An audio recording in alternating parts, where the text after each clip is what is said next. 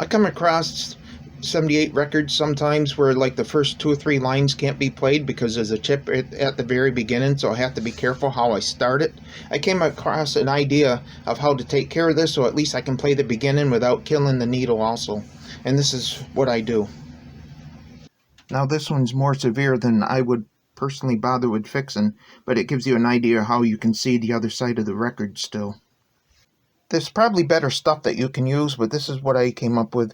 I use nail polish, black. I might even put a sticker on there.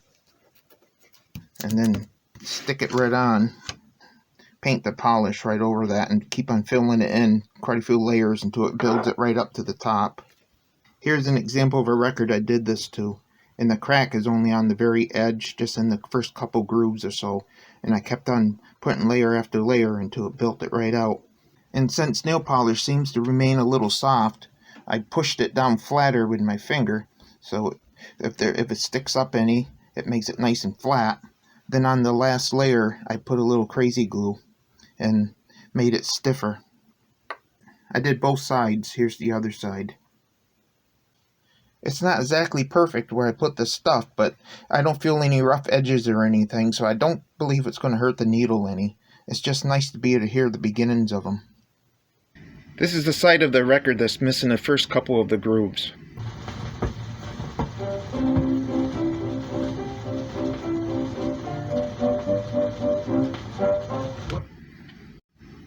Here's another one. The crack is still very noisy, but at least you can still play the beginning of it. This one's missing about 5 or 6 grooves.